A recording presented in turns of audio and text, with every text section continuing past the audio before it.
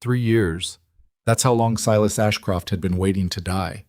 Not with a gun, not with poison, just with silence. With a cold hearth and a locked door and the slow, deliberate erasure of every reason to keep going.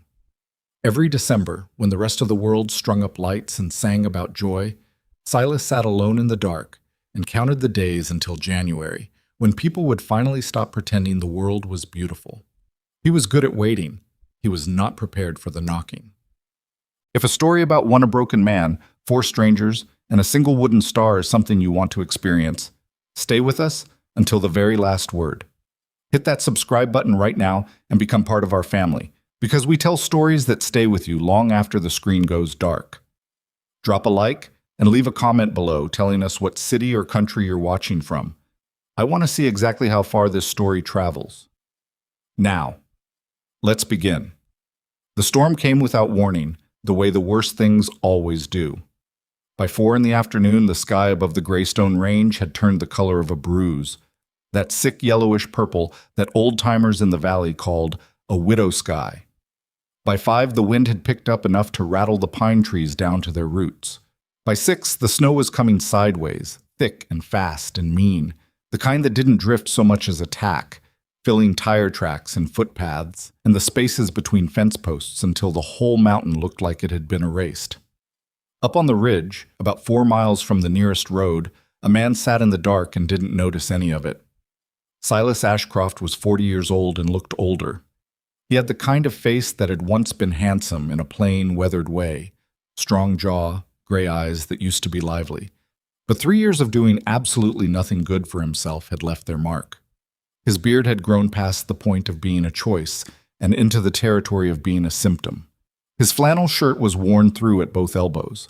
The cabin around him was clean, in the way that empty things are always clean, because there was nothing to make a mess and no one to make it. He had not lit the fireplace. It was December 22nd. He never lit the fireplace in December anymore. There was a bottle of whiskey on the table in front of him, half gone, and a single oil lamp turned low enough that it barely pushed the shadows back. He wasn't reading. He wasn't thinking about anything specific. He was just sitting, the way a person sits when they've decided that sitting is all there is left to do. His wife, Clara, had died 3 years ago. His daughter, Lily, had died with her. Christmas Eve. Black ice on Route 9 coming back from the tree farm with a 7-foot blue spruce strapped to the roof of their truck. Silas had stayed behind to finish some repair work on the fence line. He'd told them he'd meet them at home. He'd kissed Clara on the mouth and told her he'd be an hour, 2 at the most. He was 2 hours and 40 minutes. The truck was already gone when he got home. The accident had already happened. By the time he reached the hospital, Lily had been gone for 20 minutes, and Clara held on through the night, her hand in his, her eyes closed, her chest moving in that awful mechanical way that meant the machines were doing the work her body couldn't anymore. She died at 6:14 in the morning on Christmas Day without ever waking up again. Silas had driven back to the cabin, sat down in the same chair, and in many ways had never really gotten up. He did what had to be done. Fed the cattle. Fixed what broke. Drove to town when he absolutely had to. Spoke when spoken to, with the minimum number of words required to make people stop talking to him. He kept himself alive the way you keep a machine running when you're not sure what it's for anymore. Out of habit, mostly, and a stubborn reluctance to do anything as dramatic as actually giving up. But Christmas? Christmas he let go entirely. No tree, no lights, no fire. He kept the whiskey company and waited for it to be over, and every year it eventually was. And then he went back to the business of existing. He was very deep into this particular ritual. The bottle was closer to 3/4 gone now, and the lamp was guttering, when the knocking started. At first, he thought it was the wind. The wind up here could do strange things. It could moan through the gaps in the walls like something human. It could rattle the door on its hinges until it sounded like knuckles on wood. Silas had been here long enough to know the difference, or at least he thought he had. But then it came again. 3 hard, desperate strikes, then a pause, then more, frantic now, the kind of knocking that meant something was genuinely wrong. He sat there for a moment, jaw tight, not moving. Probably an animal. Wind caught something, 3 more strikes. Then a sound that his whiskey-fogged brain took a second to identify as a voice, a woman's voice, muffled by the storm in the walls, but unmistakably human and unmistakably scared. Silas set down the bottle. He crossed the room in 6 steps. The cabin wasn't big, and he yanked the door open with more force than he intended, half expecting the darkness to be empty. He'd have been relieved if it wasn't. There were 4 of them on his porch, and they looked like they'd been walking through the end of the world. The woman was in her mid-30s, somewhere under all the layers, though it was hard to tell because she was wearing what appeared to be every piece of clothing she owned. Her face was red and raw from the cold, her dark hair frozen at the ends, her eyes, brown and sharp, the kind of eyes that were probably good at hiding things, wild with the fear she was barely holding together. She had a child on her back, wrapped in a blanket that was soaked through.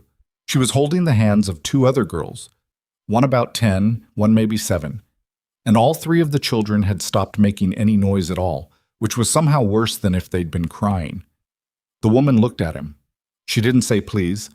She didn't explain. She just looked at him with those eyes and said, "We need to come inside, right now." Silas looked past her at the storm, which had become, in the time he'd been sitting in the dark, genuinely catastrophic. The snow was past his porch railing. The wind was shaking the pines at the edge of the property like a man shaking someone awake. He stepped back from the door. They came in fast. The woman went straight to the center of the room and turned in a slow circle, like she was assessing the space, cataloging what was here and what wasn't. The older girl, thin, serious-looking, with a braid that had mostly come undone, followed close behind her, keeping her body between her and the door, protective in a way that was too old for her age. The middle girl, younger, with big eyes and a nose that was running freely, was already looking at everything in the room with the unguarded curiosity of a child who hadn't yet learned to be afraid of strangers.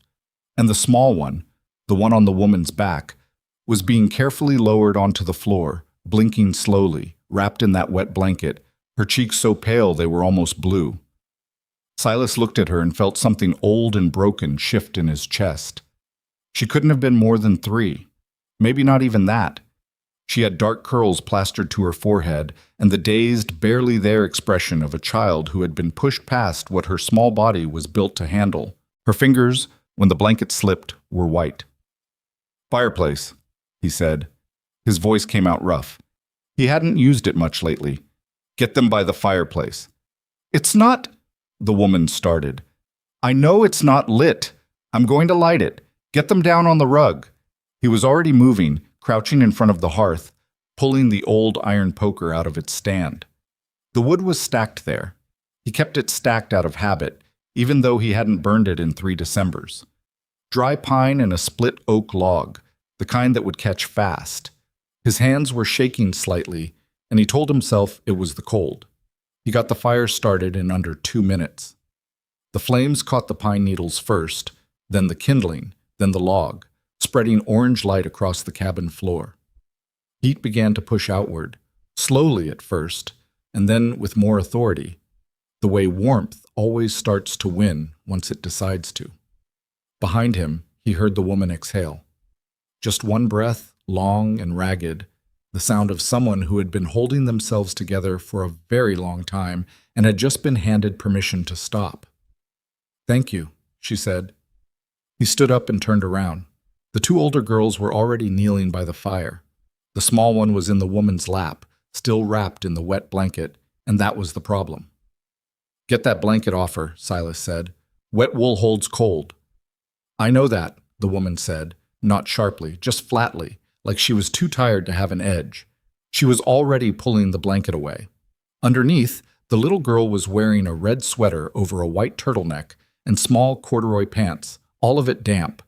She was shivering now, which was actually better than not shivering, because shivering meant her body was still fighting. Silas went to the wooden chest in the corner and dug through it until he found the wool blanket he kept there. Dry, thick, the kind Clara had bought at a craft fair a long time ago. He brought it over and held it out to the woman without saying anything.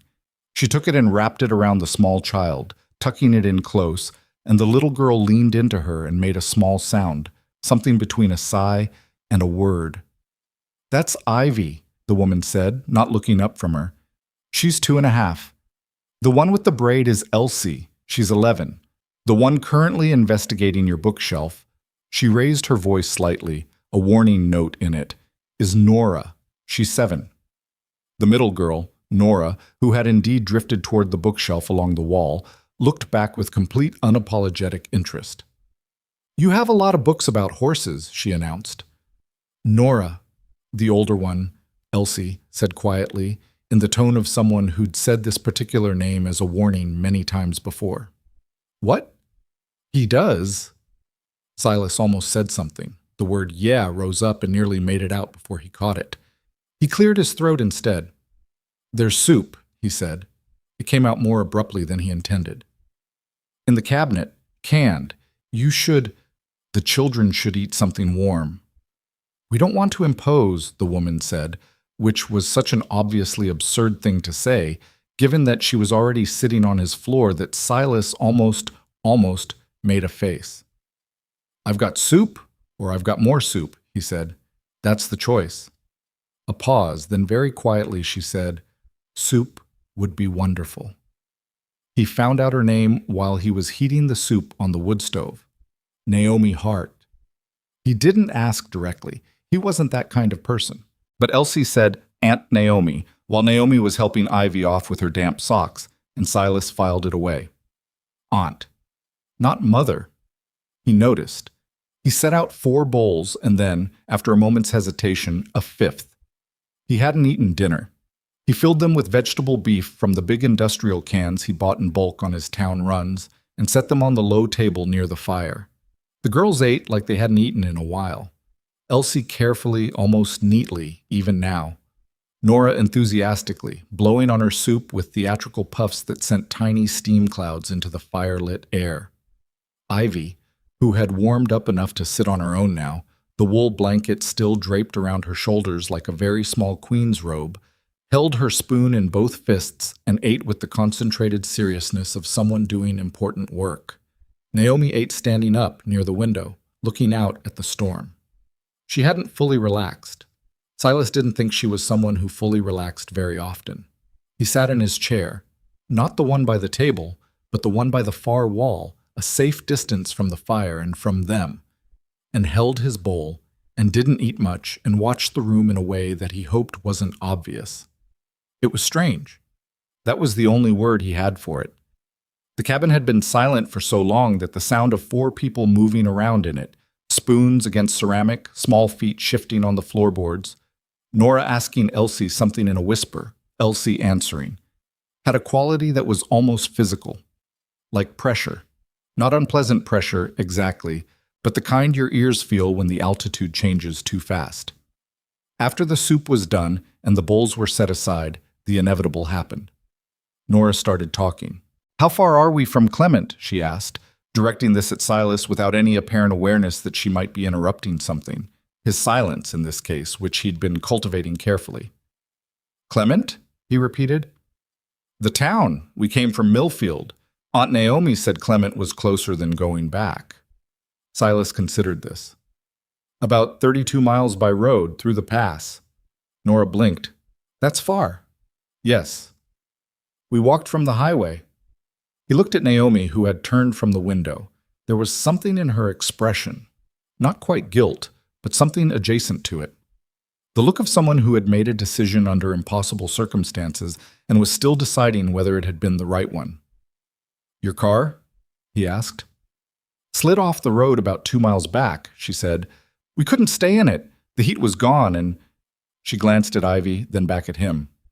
We couldn't stay in it. No, he agreed. They'd walked 2 miles through that storm, with a 2-year-old. He looked at Naomi's boots, good quality once, now beaten and soaked, and didn't say anything else about it. The fire crackled and settled.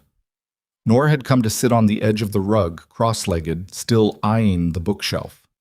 Elsie had produced a small spiral notebook from somewhere inside her coat and was writing in it with a pencil stub, her brow furrowed in concentration. Ivy had migrated, slowly and without fanfare, from Naomi's lap to the floor and from the floor, 1 slow inch at a time, toward Silas's chair. He noticed when she got within about 3 feet. He didn't say anything. He watched her out of the corner of his eye, This tiny girl in her wool blanket, making her slow, deliberate way across the floorboards with the absolute certainty of someone who had not yet learned that some people didn't want to be approached. She stopped right next to his boot. She looked up at him. Her eyes were very dark and very wide, and there was a smear of soup on her chin, and her curls were starting to dry in the fire's warmth and spring back up around her face.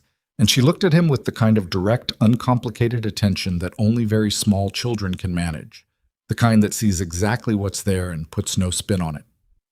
"Are you Santa?" she asked. Her voice was small and gravelly, the way toddler voices sometimes are, like she'd just woken up even though she'd been awake for hours. Silas Ashcroft had not laughed in a long time. He did not laugh now.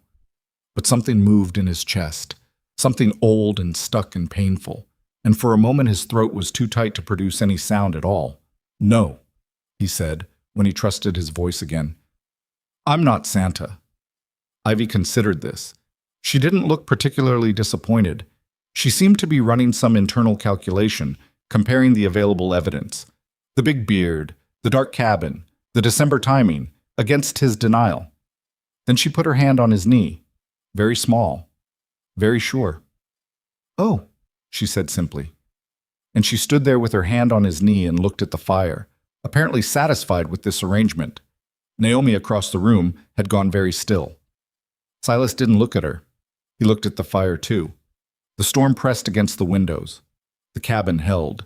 And something inside Silas, something he had spent 3 years carefully freezing solid, shifted, fractionally, like ice in late February, when you can't yet see the thaw but can feel, somewhere beneath your boots, that the ground is thinking about it. He didn't move Ivy's hand. Outside, the snow kept falling, filling the world up to its edges, erasing the roads and the distances and every path that led away from here. For the first time in 3 years, Silas did not mind the dark. The first night was the hardest. Not because of the storm. The storm was at least something Silas understood. It had rules. It came and it went, and it didn't ask anything of you except that you stay out of its way. No, the hard part was the sleeping arrangements, and more specifically the question of where 4 people were going to sleep in a 1-bedroom cabin that had been built for exactly one person who didn't particularly care about comfort. He gave them the bedroom without much discussion. There was a full bed in there. Clara's side still had an indent in the mattress that Silas had never been able to make himself sleep on, and a narrow cot he'd brought in from the storage shed years ago for when his brother used to visit.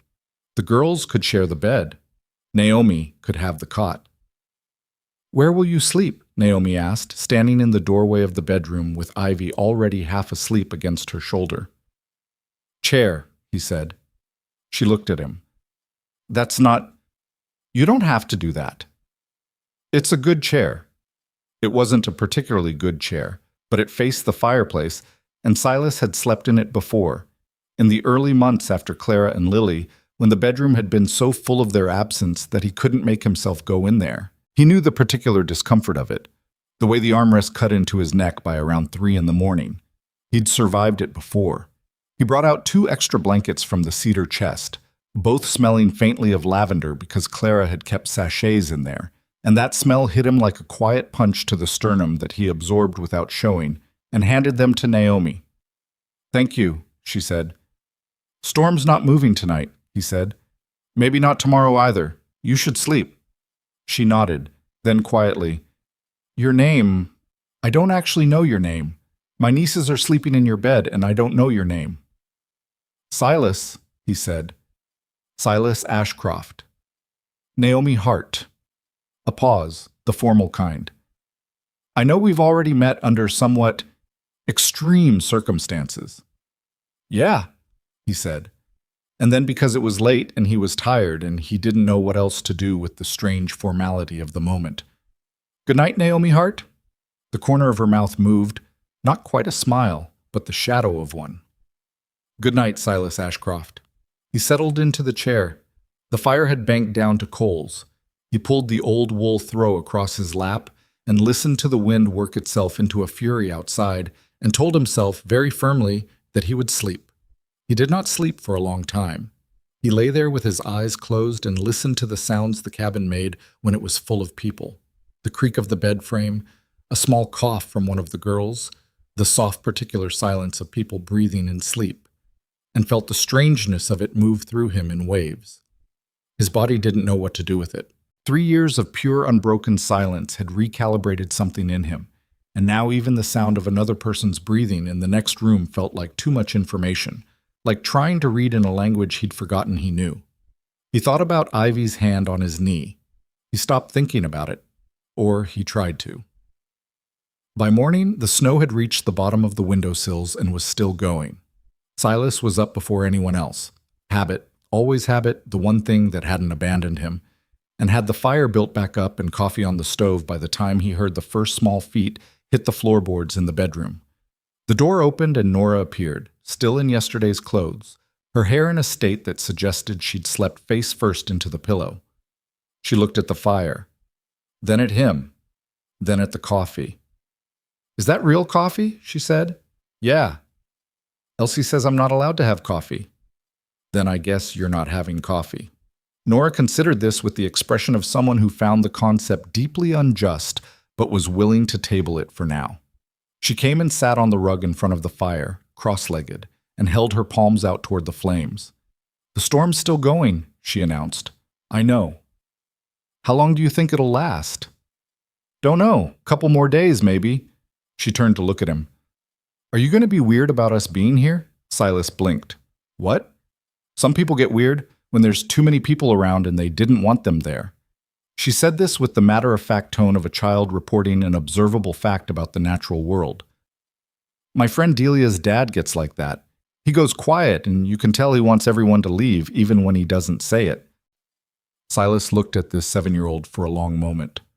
"I won't be weird about it," he said. "Okay," Nora said, and turned back to the fire, apparently satisfied. "Do you have eggs? Elsie can make eggs. She's really good at it." As it turned out, Elsie was, in fact, very good at eggs. She appeared in the kitchen doorway about 20 minutes later, fully dressed, braid redone, looking like she'd been awake for an hour, and surveyed his cabinets with the efficiency of someone conducting an inventory, and then scrambled 8 eggs with the dried herbs he had on the shelf, and made toast from the bread he'd baked 2 days ago, and fed everyone without being asked, including Silas, who hadn't asked for food but found a plate appearing at his elbow regardless. He looked at it. He looked at Elsie. "You need to eat," she said simply, and went to feed Ivy, who was sitting on the floor still wrapped in the wool blanket, apparently having decided that the blanket was now hers. Naomi came out of the bedroom last, wrapped in her coat, moving carefully like someone whose whole body ached. She stopped when she saw the food, and something flickered across her face. A complicated expression that Silas didn't entirely know how to read. Gratitude, maybe, but also something harder. Something that looked like the expression a person makes when they're not used to being taken care of and don't know whether to feel relieved or ashamed by it. "Elsie," she said. "Silas had eggs," Elsie said, "and herbs, and bread. You didn't have to." "I know," Elsie said, in a voice that was quiet but final. The voice of someone who had decided something a long time ago and didn't want to revisit it. Naomi looked at Silas. He shrugged, which meant, "Don't ask me, I just live here." Or had lived here. He wasn't sure that was still the right word for what he'd been doing. The morning settled into itself, the way mornings do when everyone is still too tired to be fully themselves yet. Silas went out to check on the cattle. He had 8 head in the lower barn, and they needed feeding regardless of what the weather was doing. And when he came back stamping snow off his boots, he found Nora had taken 3 of his books off the shelf and arranged them by size on the floor, apparently as part of some system she was developing. "Nora." That was Elsie again, same warning tone. "I was just looking." "You can look at them on the shelf." "They're in better order now," Nora said, completely serious.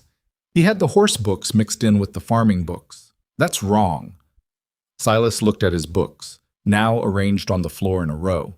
He opened his mouth, closed it. "She's not wrong," he said finally. "That is wrong." Nora looked victorious.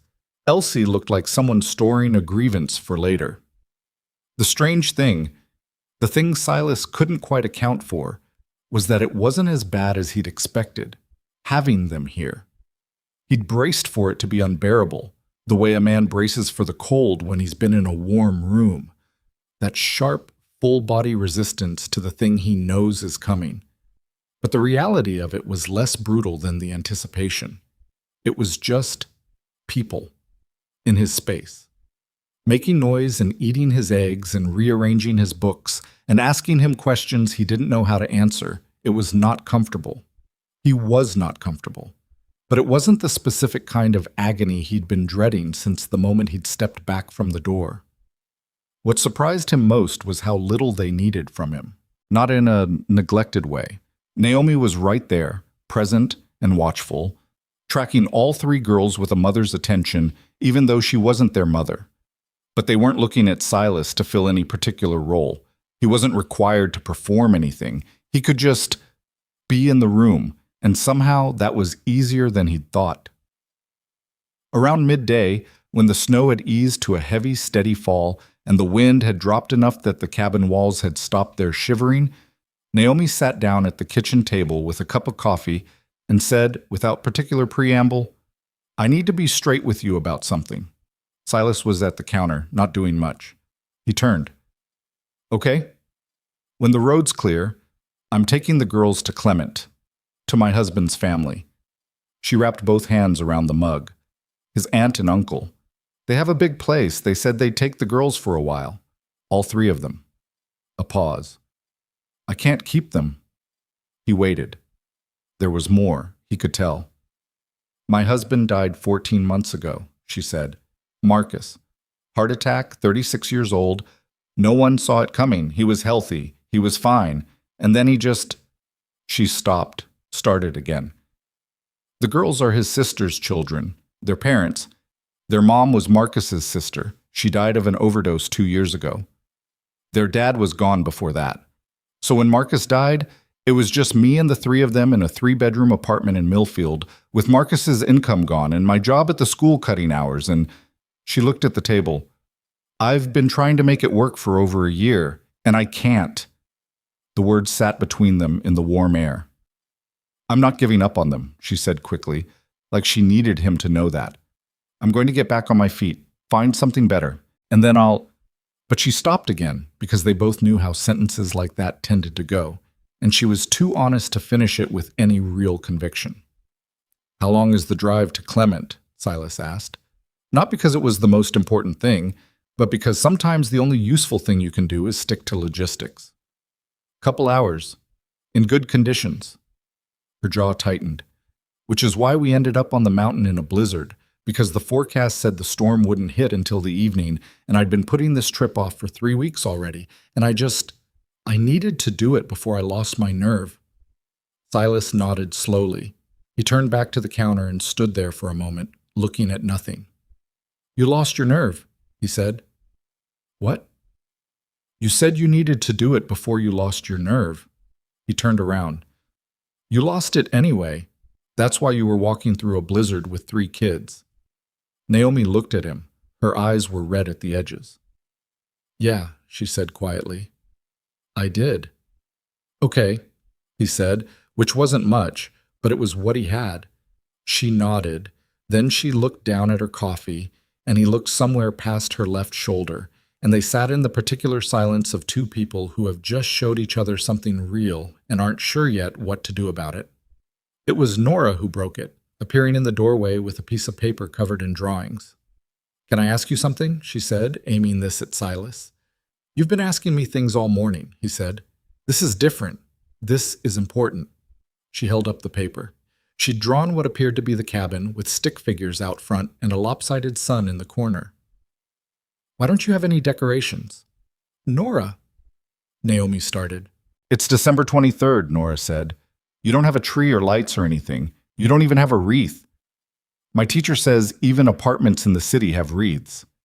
"Nora," Naomi said more firmly. "It's fine," Silas said. "Why, though?" Nora pressed.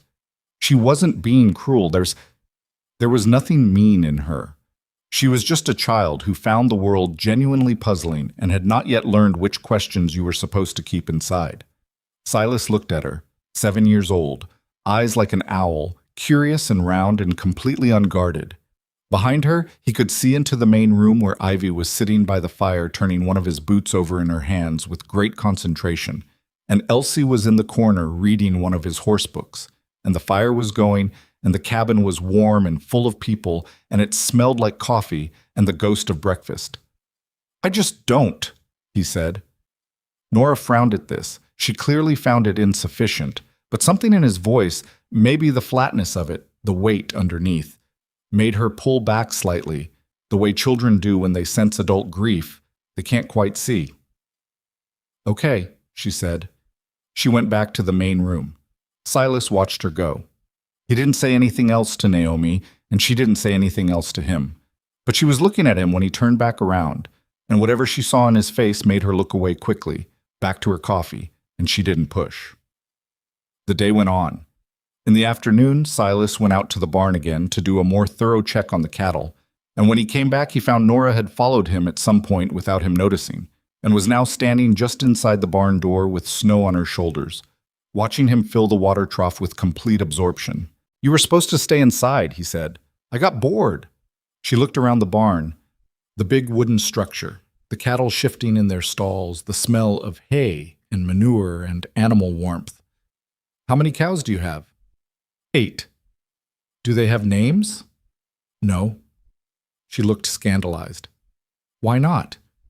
"They're cattle. I raise them for—" He stopped. "They're working animals." "That doesn't mean they don't have feelings."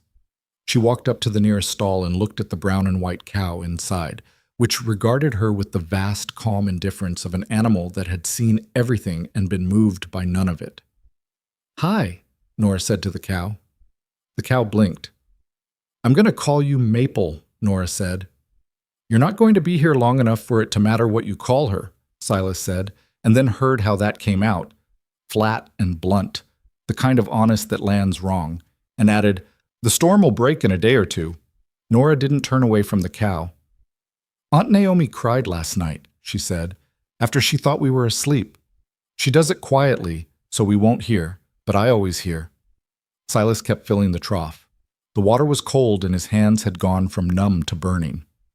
"I know," Nora said, still to the cow, "that she's taking us to Clement because she has to. Elsie explained it. I understand money." She paused. "I don't like it, but I understand it." "Nora, I'm just saying." She finally turned around and looked at him with those big owl eyes. "Elsie pretends she doesn't care, and Ivy doesn't really understand. But I know what's happening. I'm not a baby." Silas set down the water bucket. He crouched down to her level, which put them at almost eye height, and he looked at her and said, "No, you're not." That seemed to be what she needed to hear. She nodded once, seriously, like they'd concluded a negotiation. Then she looked back at the cow. "Maple is a good name, though. You should keep it even after we're gone." He didn't say "I won't." He didn't say anything. He just picked up the bucket and moved to the next stall. That night, after the girls were in bed, Naomi sat at the table with a glass of water. He'd offered the whiskey, she'd declined without comment, and Silas sat across from her with his own glass of not much, and they talked. Not about important things. They talked in the sideways, circling way that people talk when they're both carrying too much to address directly. She told him about Millfield, the school where she worked, the way the town had changed over the past decade. He told her about the ranch, how his grandfather had built the cabin, how he'd taken it over at 22 and never quite decided whether that was a choice or just what happened. She asked him if he'd always lived on the mountain, and he said mostly, and she asked if he liked it, and he thought about it for longer than the question probably warranted and said he used to. She let that sit. She didn't push on it. But then, maybe an hour in, she said, quietly, carefully, like she was setting something fragile on a table, "Were they here? When you lost them? Whoever you lost." The fire crackled. Silas looked at his glass. "My wife," he said, "and my daughter. She was 5. The words came out in pieces, each one costing something. "They weren't here. That was the thing. I was here. They were on the road." He stopped. "Clara was bringing home the Christmas tree. I was supposed to go with them, and I didn't." The silence that followed was not the comfortable kind, but it wasn't unbearable either. Naomi didn't say "I'm sorry" right away, which he was grateful for, Because I'm sorry was the thing people said when they didn't know what else to say, and it had always felt to Silas like a door being politely closed rather than opened. Instead, she said, "How long do you spend being angry at yourself for not being in that car?" He looked up. "Because I do the same thing," she said, "with Marcus. I knew something was off with him for weeks before. He was tired all the time. He kept rubbing his arm, and I kept meaning to make him see a doctor, and I kept putting it off because we were busy, and it was probably nothing, and—" She stopped, pressed her lips together. "I play it back all the time. All the things I could have done differently." "That's different," Silas said. "Is it?" He didn't answer because the honest answer was, "I don't know," and he wasn't ready to say that. "I'm not saying it's the same," Naomi said. "I'm just saying I know what that loop sounds like inside your head. The one that runs every version of the day except the one that happened, looking for the version where you could have fixed it." She looked at the fire. "I don't think there's a way to turn it off. I just think sometimes other things get loud enough to compete with it." He thought about Ivy's hand on his knee. He thought about Nora in the barn, naming the cow Maple with absolute conviction, as if the name was already real. He thought about Elsie that morning, sliding a plate of eggs to his elbow without asking, the way she'd done it like it was the most natural thing in the world. "Yeah," he said. It wasn't much. But Naomi nodded like it was enough. They didn't say anything else for a while after that. The fire burned down and Silas built it back up, and Naomi watched him do it with her chin in her hand, and the storm moved outside the windows, steady and relentless, and completely indifferent to everything happening inside the cabin walls. What Silas noticed, what kept snagging at something deep and inconvenient in his chest, was that for the first time in 3 Decembers, he had not once looked at the whiskey since they arrived. The bottle was still on the table where he'd left it the night they knocked on the door, and it had not moved, and he had not thought about it except just now when he was actively noticing that he hadn't thought about it. He did not examine this too closely. He was not ready to examine it. He just added a log to the fire and went back to his chair, and Naomi went to bed, and the cabin was quiet and warm and full of breathing, and Silas sat in the firelight and stared at the ceiling and waited for sleep. This time it came a little faster. In the morning, December 24th, which Silas registered with the usual cold clench in his stomach and then immediately pushed away, Ivy was the first one up. He didn't hear her get out of bed. He just became aware, gradually, that he was not alone in the main room anymore, and when he opened his eyes, there she was, standing 2 feet from his chair, in her socks, still wearing the oversized flannel shirt Naomi had put her in as pajamas, holding a small carved wooden object in both hands. Silas went very still. He knew that object. He had made it with his own hands 6 years ago, in the winter before Lily was born. He had carved it from a piece of white pine, a 5-pointed star, small enough to fit in a child's palm, with a small hook at the top so it could hang from a branch. He had made it for the top of the tree the year Lily was born. He had put it at the top of their tree that first Christmas, with Clara watching and laughing because he'd done it slightly crooked and wouldn't admit it. After the accident, he had put it in a box and put the box on the highest shelf in the bedroom closet. He had not looked at it in 3 years. Ivy held it in both hands and looked at it with the solemn attention of someone who understood, without knowing why, that the thing she was holding mattered. She looked up at Silas. "Star," she said. His throat had closed completely. He said nothing. "Pretty star," Ivy said. She held it out to him. Not because she was done with it, because she wanted him to look at it with her. Silas looked at the star in her small hands, and at Ivy's face, open and warm and entirely without guile, and felt something in his chest that was not the same as the thing that had been sitting there for 3 years. That thing had been cold and solid and familiar. This thing was different. This thing ached in the way that feeling returns to a limb that's been numb. Not pleasant, not comfortable, but undeniably, unmistakably alive. He reached out very slowly and took the star from her hands. It was lighter than he remembered. Ivy watched him hold it. Then she patted his knee, the same place she'd put her hand 2 nights ago, easy and certain, and toddled off toward the fireplace. Silas sat with the star in his palm and stared at it for a long time. Outside, for the first time in 3 days, the wind had dropped to nothing. The storm was letting go. He put the star in his shirt pocket. He didn't know why. It wasn't a decision so much as a reflex. His hand closed around it, and then it was in his pocket, close to his chest, where he could feel the slight weight of it when he moved. He didn't take it out again. He didn't think about what that meant. He just got up and started the coffee and fed the fire and did the morning things, and the star stayed in his pocket like a small, specific gravity pulling at something he hadn't named yet. Naomi found him in the kitchen 20 minutes later. She looked at him the way she'd been looking at him since their conversation the night before, carefully, like she was aware of something fragile in the space between them and was making a deliberate choice not to step on it. "How are the roads?" she asked. Wind stopped. Snow slowed down overnight. He poured her a cup of coffee without asking. Another few hours and it might be passable, maybe by afternoon. She wrapped her hands around the mug and didn't say anything for a moment. He could hear the girls in the bedroom, Nora's voice, high and continuous, punctuated by what sounded like Elsie doing her best to read despite the interruption. "So today," Naomi said. "Could be. Depends on the pass." She nodded. Her jaw was doing the thing it did when she was working something out that she didn't want to work out, tightening and then releasing, like a muscle she kept forgetting not to clench. "I'll check the road around mid-morning," Silas said. "Take the truck up to the ridge and see how it looks toward the valley." "Okay?" She looked out the window at the white, still morning. The snow had stopped completely now, and the sky had that particular pale blue quality it gets after a long storm, clean and cold and enormous, like something scraped bare. "It's Christmas Eve," she said. "I know." She turned to look at him. "Does it—" She stopped herself. "Go ahead." "Does it ever get easier?" she asked. "Not Christmas in general. I mean, the specific."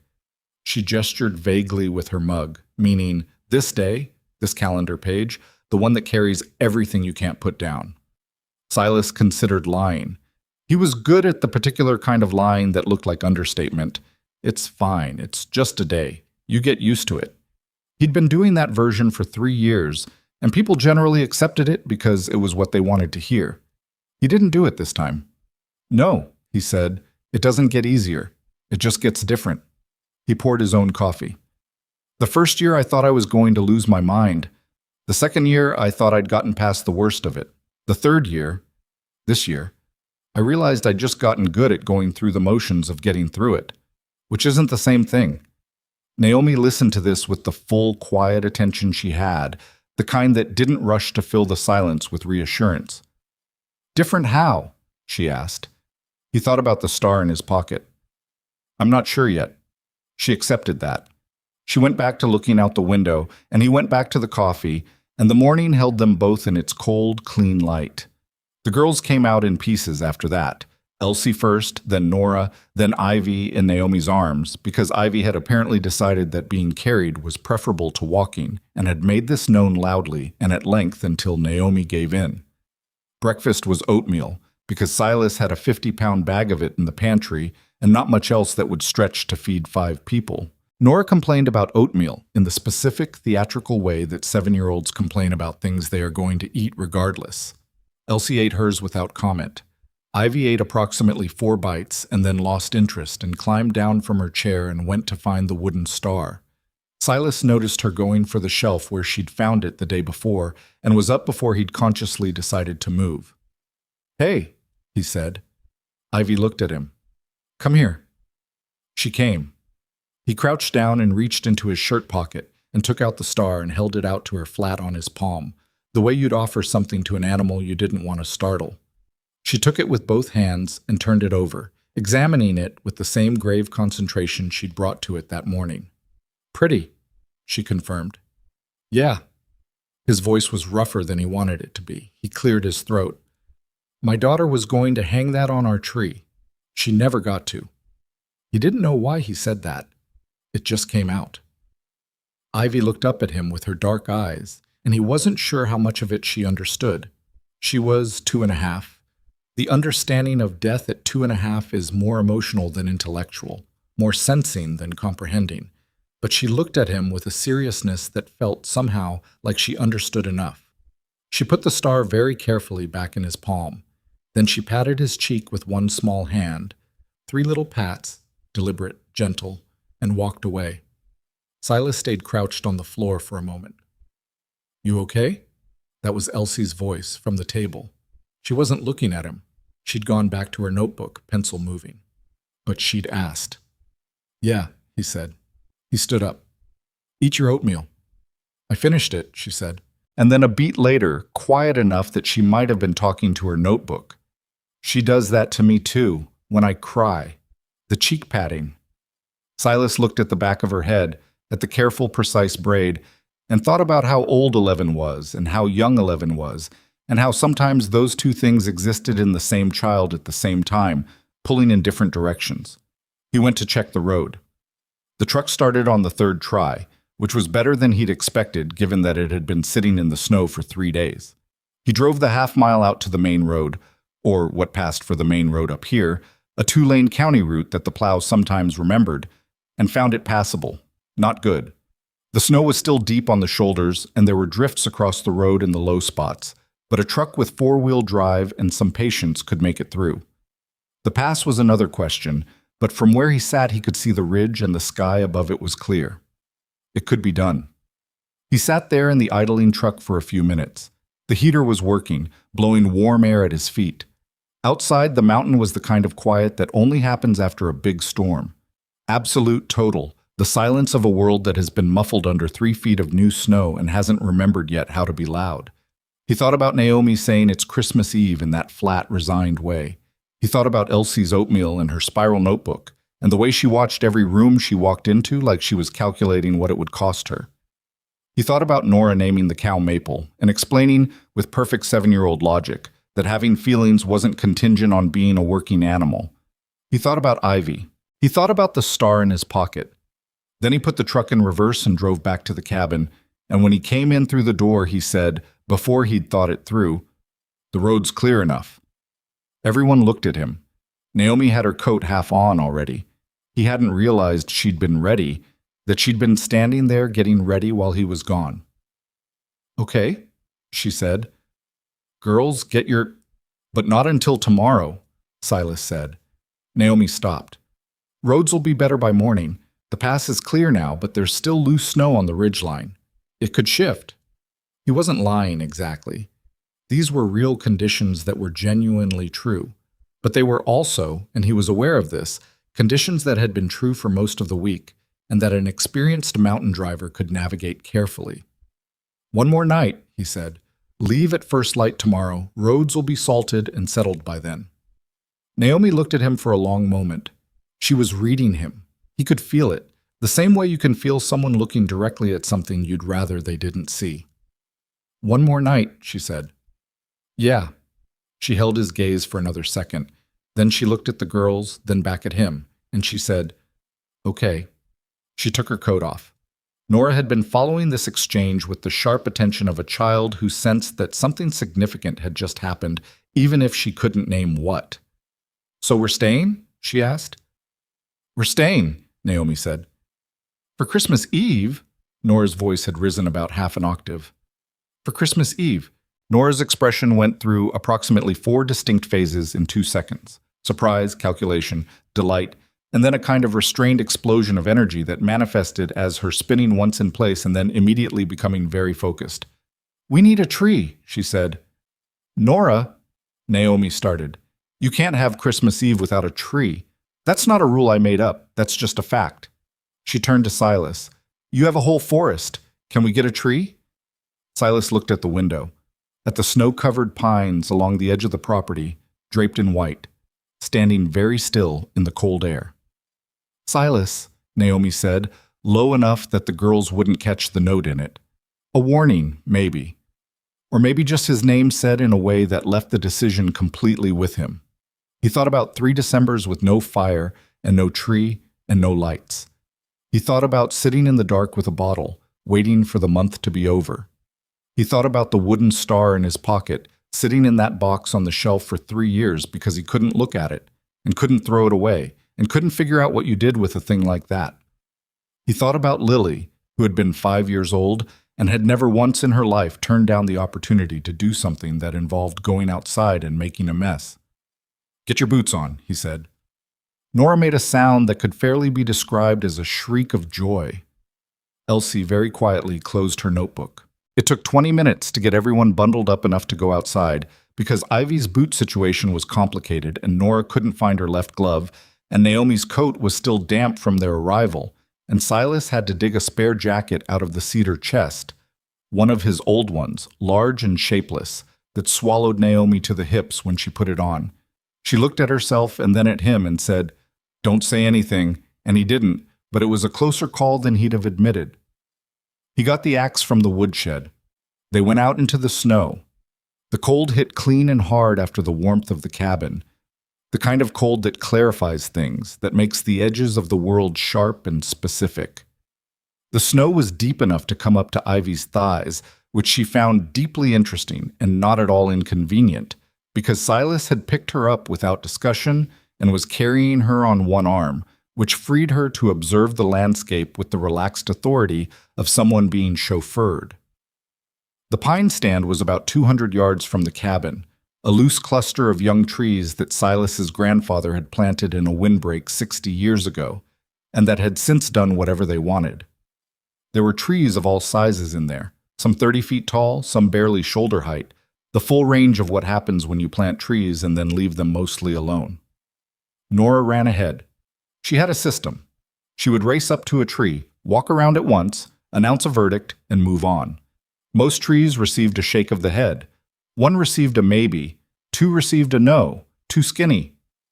Elsie followed behind at her own pace, occasionally stopping to look at a tree for longer than Nora had, but saying nothing.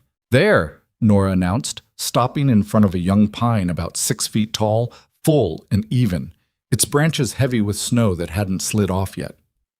"That one." Silas looked at it. It was a decent tree, well-shaped, not too sparse, small enough to fit through the cabin door with maybe 6 inches to spare. "What do you think?" Naomi said beside him, low. "It's a good tree," he said. "I meant in general." She was looking at him sideways. "How are you doing?" "I'm fine." "You don't have to be."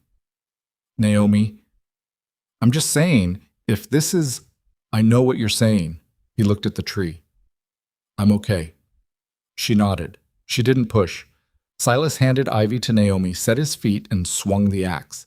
He'd cut a lot of wood in his life, and his body knew how to do it. The weight of the downswing, the slight correction at the bottom to angle the cut, the economy of motion that comes from doing something enough times that it stops being a skill and becomes a habit. The tree came down in about 8 swings, with the particular whooshing sound of a pine dropping into snow, sending a small white cloud up from the branches on impact. Ivy said, "Oh!" from Naomi's arms, very pleased. Nora immediately grabbed one of the branches and tried to drag the tree, and succeeded mostly in shaking all the snow off herself. Elsie picked up the other side without being asked, and together, with Silas taking most of the weight from the trunk end, they dragged it back toward the cabin. "It's heavier than it looks," Nora announced. "Everything is," Silas said. Getting it through the door was the undignified part. There were approximately 4 minutes during which the tree was stuck at 45 degrees in the doorframe, and Silas was doing something that could generously be described as wrestling with it. And during those 4 minutes, Nora provided running commentary, and Ivy laughed from the rug where Naomi had set her down. And even Elsie, serious, careful, 11-year-old Elsie, pressed her lips together in a way that was clearly suppressing something. The tree went in eventually. Silas stood it up in the corner by the fireplace, wedged between 2 pieces of firewood he'd stacked on either side as a makeshift stand, and stepped back and looked at it. It listed about 8 degrees to the left. Pine needles were all over the floor. It smelled like the outside, like cold air and sap and winter, and the smell hit him somewhere deep and undefended. He breathed through it. "Perfect," Nora said. "It's leaning," Elsie said. "It's rustic," Nora said. "That's better than perfect." "Now we need decorations," Naomi said, looking around the cabin with the pragmatic expression of a woman making calculations. "What do you have?" "Nothing," Silas said. I don't do this." "That's okay." She was already moving, going to the kitchen. "String? Twine?" "Cabinet by the sink." "Popcorn?" "Pantry." "Good." She looked at Elsie. "We're going to string popcorn." Elsie's expression suggested that stringing popcorn was not, perhaps, how she would have chosen to spend her afternoon, but she went to help Naomi without complaint. What followed was one of the strangest 2 hours of Silas Ashcroft's recent life, which was saying something given that the last 48 hours had not been short on strangeness. They made popcorn on the stove, the old-fashioned way, in a covered pot, which Nora supervised with terrifying intensity and which produced an enormous amount of popcorn along with several minor spills. Naomi and Elsie sat at the table, threading it onto twine with needles from the small sewing kit Naomi had in her bag. A patient, repetitive work that they did almost without talking, just the quiet sound of the needle going through and the fire, and Nora's running narration of her artistic vision for the tree. Silas didn't sit down. He moved around the room, checking the fire, bringing in more wood, doing the practical things. But he didn't go far. And he noticed, when he was honest with himself, that he was staying in the room not because there was work to be done, but because he didn't want to leave it.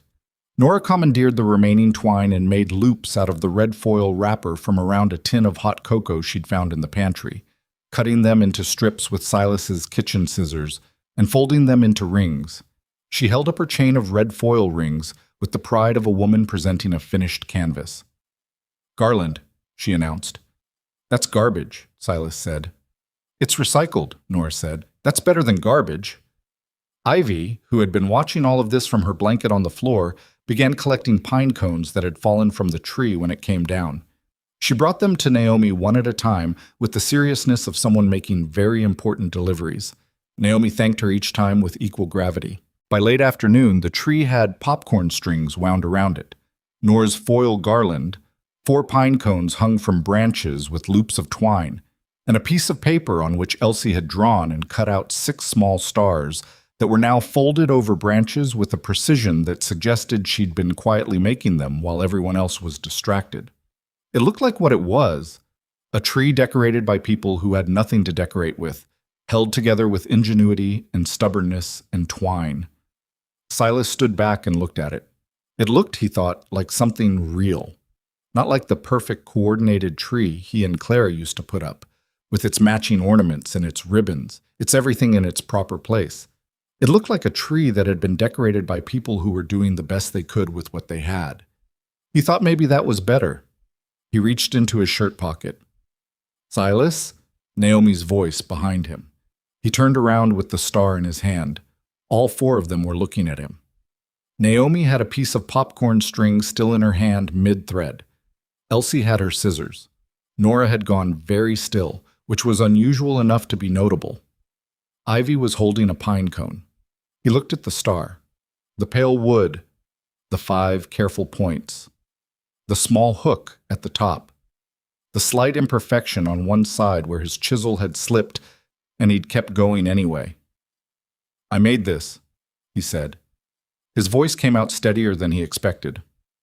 "For my daughter. Her name was Lily." He paused. "She never got to hang it." Nobody spoke. Even Nora held herself quiet, that instinctive hush that children sometimes fall into when they sense they're in the presence of something that matters. "It's been in a box," he said, "for 3 years. He turned it over in his hand. "I think it's probably been in a box long enough." Naomi had pressed her free hand to her mouth. She didn't say anything. He looked at Ivy. Ivy looked back at him with her dark, wide eyes, holding her pine cone, her curls loose around her face, wearing an expression of such complete and unguarded attention that it made his chest hurt. He crossed the room. He crouched down in front of her. He held out the star on his palm, the same way he had that morning. "You want to help me put it on the tree?" he asked. Ivy looked at the star, then at him, then at the star again. "Star," she confirmed. "Yeah. The star goes at the top." She reached out and picked it up carefully, both hands, the way he'd shown her the first time without showing her anything at all, just by the way he held it. Silas stood up. He looked at the tree, 6 feet tall, leaning 8 degrees left, draped in popcorn and foil and paper stars and pine cones, the most imperfect tree he'd ever seen in his life. And then he looked at this 2.5-year-old girl who had patted his cheek that morning and named nothing and understood everything, and he crouched back down. "Come here," he said. He picked her up. She was heavier than she looked, solid and warm, and she settled against him with the easy, boneless trust of a small child who had already decided she was safe, wrapping one arm around his neck and holding the star out in her other hand like she was carrying something important, which she was. He straightened up to his full height. They were level with the top of the tree. "There," he said, "right there at the top. You see the branch at the tip?" Ivy looked. She reached forward, slow and deliberate, and hooked the small carved star over the topmost branch of the pine. It hung there, crooked because the branch was thin and the star shifted slightly to one side. The firelight caught the pale wood and made it warm, amber, the color of something old and kept and loved. Silas stood with Ivy on his arm and his daughter's star at the top of a lopsided tree in the cabin he'd been sitting in alone for 3 years waiting to feel nothing, and the thing that moved through him in that moment was not clean or simple. It was not the relief of a wound finally healed. It was more complicated than that. Grief and something else wound together so tightly they were inseparable, the way you can't have the good memory without also having the loss of it. But it was not the same as the nothing. The nothing had been cold and quiet and safe in the way that dark corners are safe, because nothing can reach you there, but also nothing can find you. This was not that. This was the opposite of that. This was the particular unbearable warmth of being in a room full of people who had, in 3 days and without asking permission, made themselves matter to him. He heard Naomi make a small sound behind him. Not a word, just the sound of someone breathing through something. Elsie said quietly, "It looks good." "It looks amazing," Nora said, and her voice had lost for once its performing quality. It was just her, just a 7-year-old girl looking at a Christmas tree in a stranger's cabin on Christmas Eve, saying the true thing. Ivy patted the top of Silas's head. Twice. Matter of fact. Then she pointed at the star.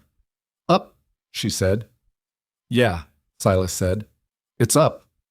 He did not put her down right away. He stood there with her in his arms and looked at the star his hands had made for a daughter who never got to hang it, now hanging at the top of a tree decorated with popcorn and foil and paper and pine cones, in a cabin that had not had a Christmas tree in 3 years, throwing its small, crooked light across the walls. He stood there until his arms said they were done, and then he stood there a little longer. And then Nora said, with perfect timing, "Can we have hot cocoa?" And the moment broke open like a wave and spread out into the room, and Naomi laughed. A real laugh. Sudden and startled and unguarded, the first one he'd heard from her. And even Elsie smiled, small and private, looking at her sister with an expression that was mostly exasperation and mostly love. Silas set Ivy down. He went to the kitchen. He found the hot cocoa tin, the one Nora had stripped of its foil for the garland, and there was still enough in it for 5 cups. He made them on the stove, the old way, with milk heated slow so it didn't scorch, stirring until it was smooth. He brought 5 cups out to where they'd settled around the fire, and he sat down in his chair, and he drank his cocoa, and the star hung at the top of the tree in the firelight, slightly crooked, turning slowly on its branch. He did not think about tomorrow. He did not think about the roads, or the pass, or Clement. He did not think about what came after this night, or what he was going to do when the cabin was empty again, or what it meant that the thought of the cabin being empty again had, quietly and without his permission, become something he did not want to think about. He thought about Lily. He let himself think about her. Not the way he usually did, like pressing on a bruise, like punishment, but the way you look at a photograph of someone you loved on a good day, with the specific aching sweetness of someone who had that knows it, and is glad. He thought, she would have loved this. He thought she would have loved all of them. Outside, the sky had gone the deep blue-black of a mountain winter night, and the stars were out, all of them, the whole sky swept clean by the storm, the Milky Way awash of cold light from ridge to ridge. Through the window between the pines, Silas could see them. He hadn't looked at the stars in a long time. He'd been keeping the curtains closed. He didn't get up to open the window. He just looked at the rectangle of sky he could see from his chair, dark and cold and immeasurably deep, and let it be what it was. Nora fell asleep on the rug before her cocoa was finished. Ivy was already gone, curled against Naomi's side. Elsie held on longer. She was the kind of child who treated sleep like a concession, but eventually her eyelids lost the argument and her head tipped sideways. Naomi looked across the room at Silas. She didn't say anything. Neither did he. But she looked at him with those brown, sharp, honest eyes, and he looked back, and in the quiet space between them was everything that had happened in the last 3 days. The storm, and the soup, and the conversations, and the star. And also everything that hadn't been said yet, the words that were still too new and uncertain to put in the air. She looked for a moment like she was going to say something. Then she looked at the star on the tree. Then she looked back at him, and she just nodded. Slowly, like something had been decided that neither of them had put into words. He nodded back. He didn't know exactly what they'd just agreed to. He thought maybe they both did. He was awake before dawn, not because of a sound. The cabin was quiet, the girls still sleeping, the fire down to a thick bed of coals that pulsed orange in the dark. Not because of a bad dream, though those had been a regular feature of his nights for 3 years. He was awake because something in him had shifted in the night, some internal mechanism he hadn't known was still functioning, and it had clicked over into a new position while he slept, and now he was lying in his chair staring at the ceiling with the absolute clarity of someone who has arrived at a decision without knowing he was making one. The roads would be clear by morning. He had said that. He had said it because it was true, and because he'd needed one more day, and Naomi had understood that and given it to him without making him explain. But morning was here now. Christmas morning, pale gray light just beginning to show at the edges of the curtains, and somewhere on the other side of the pass there was a town called Clement, and a house with a yard and a couple who had said they would take 3 girls in, and the deal that had been made before any of them walked through his door was still the deal, unless someone changed it. He got up. He fed the fire without turning on the lamp, working by the glow of the coals, adding kindling first and then a log, coaxing it back up to heat. He put the coffee on. He stood at the kitchen window and looked out at the mountain in the earliest light. Everything white and still, the sky going from black to gray to the first uncertain suggestion of blue. And he thought about what he was going to say and how he was going to say it, and whether he had any right to say it at all. He didn't have a plan. He was not a man who was good at plans. He was good at fixing things that were broken and keeping things running and doing the daily hard work of maintaining a life. He was not good at the part that required him to put words to the things that lived in the part of himself he'd spent 3 years keeping very quiet. But he thought about the star on the tree. He thought about what it had taken to put it there. Not the physical act of it, lifting ivy up to the branch. That part was easy. But the thing before that, the decision to take it out of his pocket, the moment of choosing to let it be seen, to let it be used for what it was made for, after 3 years of it sitting in a box on a shelf doing nothing. He thought, maybe it works the same way. The bedroom door opened at around 7, and it was Elsie who came out first. Always Elsie, reliable as a clock. And she looked at him at the stove and said nothing, just went and sat at the table with her notebook. He poured her a glass of water without being asked, and she said, "Thank you," without looking up. They existed in the kitchen together for about 10 minutes in silence that was, by now, the comfortable kind. Silas had noticed this about Elsie over the past 4 days. She didn't require anything from the people around her except honesty and basic competence. You didn't have to perform warmth for her.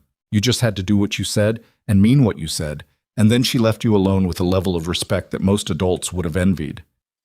"You're thinking about something," she said to her notebook. "Usually am." "Something specific." She turned a page. "You have the same face my Uncle Marcus used to get. When he was trying to figure out how to say something he didn't want to say." Silas looked at the side of her head. "You remember him well." "He was the best person I knew."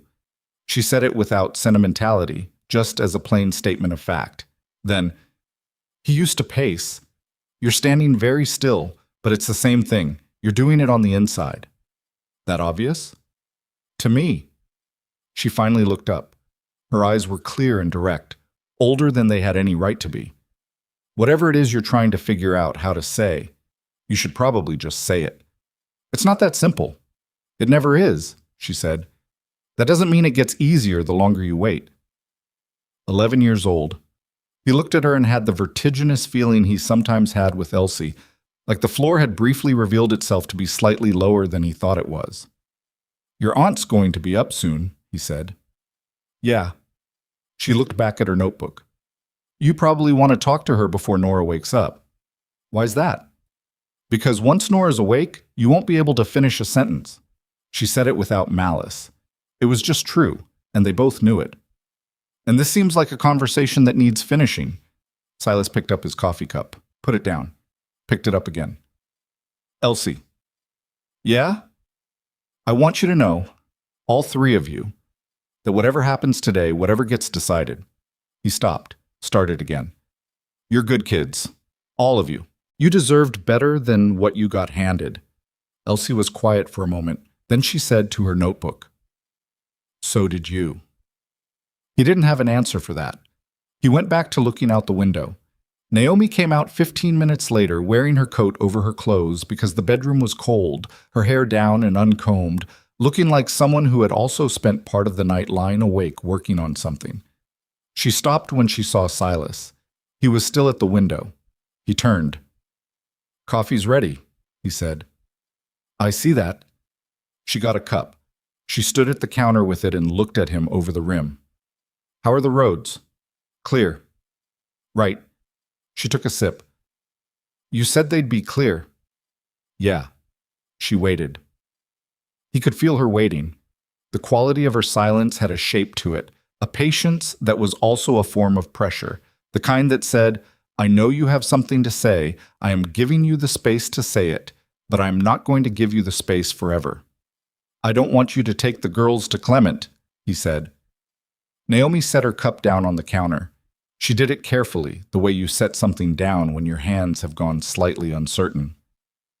Silas, I'm not. He stopped, tried again. I'm not saying this the right way, I know that. And I know how it sounds. You've been here 4 days and I'm a man you don't know, and what I'm about to say is going to sound either crazy or I don't know, but I need to say it. Okay, she said. Just that. Her face was very still. Stay through the winter. He looked at her steadily. All of you. Don't take them to Clement. Stay here through the winter. I've got enough room. I can make it work. The girls can sleep in the bedroom and you can have the... We'll figure out the sleeping. That's not the point. The point is, you don't have to hand them over to people they barely know because you ran out of options. You've got another option. He paused. I'm the other option. The kitchen was very quiet. From the bedroom, Silas could hear Nora saying something to Ivy in the particular one-sided conversational tone of someone who didn't really need a response to keep going. The fire crackled in the other room. Naomi looked at him for a long time. He held it. He didn't fill the silence. Why? She said. Not confrontationally, like she genuinely needed to understand the architecture of it. Because I've got 12 rooms of space, and one of them has been occupied for 3 years, he said. Because those girls are... He stopped. His jaw worked. Because Nora named my cow Maple, and I am absolutely going to end up keeping that name, and Elsie makes better eggs than I do, and your youngest daughter patted my cheek yesterday morning, and I haven't been able to think about much else since. He looked away, out the window, back at her. And because you've been fighting this alone for over a year and you're tired, I can see it. You're tired all the way down, and you don't have to be. Naomi's eyes were very bright. She was holding herself carefully, the way she did when she was managing something that wanted to move. I'm not asking you to... This isn't... He ran a hand through his hair, frustrated with himself. I'm not making a declaration. I'm not asking for anything except that you don't leave tomorrow. Stay through winter. We'll figure out what it is as it goes. But don't take them to strangers when you don't have to. They're not strangers, she said. Marcus's aunt and uncle, they are to the girls, he said. She opened her mouth, closed it. He watched her wrestle with that because it was true, and she knew it was true, and she'd probably known it the whole time through all the weeks of planning this trip, this necessary and practical and utterly heartbreaking plan. Silas, her voice had changed, softer. You've been alone up here for 3 years. Yeah. I'm not saying that as a criticism. I'm saying 4 people in your space, long-term, is not what you signed up for. You opened your door because of a storm. That's different from, I know what I signed up for, he said, and I know what I'm saying. He met her eyes. I've been alone up here for 3 years, and I have not once in 3 years, not wanted to be. Until 4 days ago, so I'm not confused about what I'm asking." The silence stretched. Then Naomi picked up her coffee cup again, slowly, and she looked at it instead of at him, and she said, "The girls need stability. They've had enough disruption. I can't bring them somewhere for the winter and then uproot them again in spring." "Then don't," he said. She looked up sharply. "I'm not saying spring is the deadline. I'm saying start with winter. See what it is. I'm not going anywhere." He gestured vaguely at the mountain around them. "I've been here 20-some years. I'll still be here." She laughed, not the real laugh from the night before, but a short, complicated sound. "You're very calm about this." "I'm terrified," he said. "I'm saying it anyway." That landed. He could see it land. The way her shoulders came down, just slightly, half an inch of the permanent tension she carried letting go. She looked at him with the full, direct attention she had when she wasn't guarding it. "I need to think about it," she said. "Okay. I'm serious, Silas. I need more than 5 minutes. Take the morning," he said. "Roads aren't going anywhere." She picked up her coffee and went to the main room, and he heard her sit down by the fire, and he turned back to the window and exhaled slowly through his nose. Elsie, from the table, said nothing. But she turned a page in her notebook, and the small sound of it was very close to the sound of someone quietly agreeing. Nora came out 20 minutes later at full velocity, immediately announcing that it was Christmas and requiring confirmation of this from multiple sources. She was told yes, it was Christmas. She asked about presents. She was told there were no presents. She absorbed this with an expression that suggested she had suspected as much, and had made her peace with it sometime around day 2. She then announced that she was hungry and that Maple, Shatin, the cow, needed to be told it was Christmas because animals had feelings. Silas took her out to the barn. He didn't plan to. It just happened. She was heading for the door with her coat half on and her bootlaces undone, and something made him put his own coat on and follow her out. And they walked through the snow together in the cold, clear Christmas morning, their breath making clouds in the air, not talking much. The barn was warm from the animals. Nora went straight to Maple's stall, and the cow regarded her with the same vast patience it always had. And Nora put her hand flat against the cow's nose and said, "Merry Christmas, Maple," with complete sincerity. Silas leaned against the post of the next stall over and watched her. "Can I ask you something?" he said.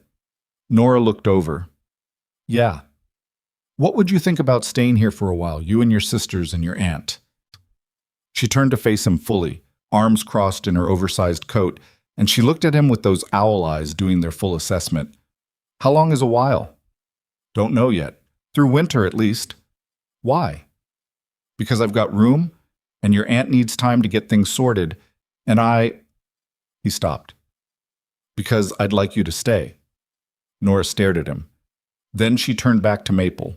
She was quiet for a moment, which for Nora was long enough to be meaningful. "Elsie won't want to get her hopes up," she said. "She never does. She always thinks things are going to fall through." "Okay." "She's been right before. That's why she does it." She stroked Maple's nose. "But I think if you tell her you mean it, actually mean it, not the kind of meaning it that goes away, she'd believe you. She's good at telling the difference." "What about you?" he asked. "What do you think?" She considered this with the gravity of a judge reviewing a difficult case. "I think," she said finally, "that Maple needs someone who's going to remember her name after we leave. And you won't do that unless we stay and remind you."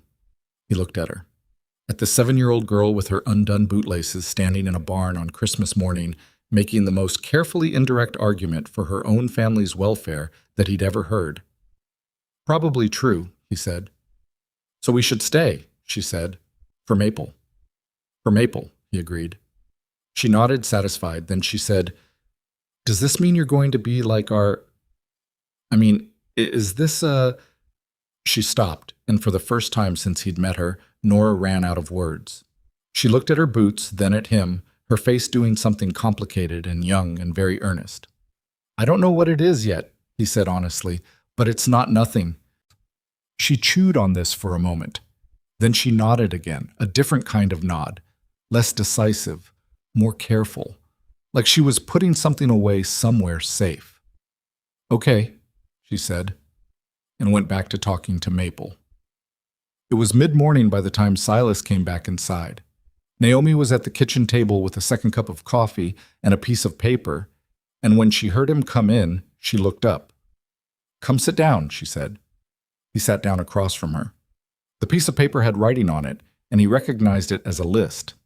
Naomi was a list person, he'd noticed, the kind who organized the chaos of a decision into columns where it could be examined. She folded the paper so he couldn't see it. "I made a pros and cons list," she said, "and then I felt like an idiot because there are children involved. And you don't make a pros and cons list about children." "What did the list say?" "That doesn't matter." She looked at him. "I've been trying to make this decision since Marcus died. Not this specific decision, but the one underneath it. What to do, how to provide for them, how to keep us together. I've been trying to make it responsibly, carefully, doing all the right things in the right order and trying not to need help that isn't offered." She paused.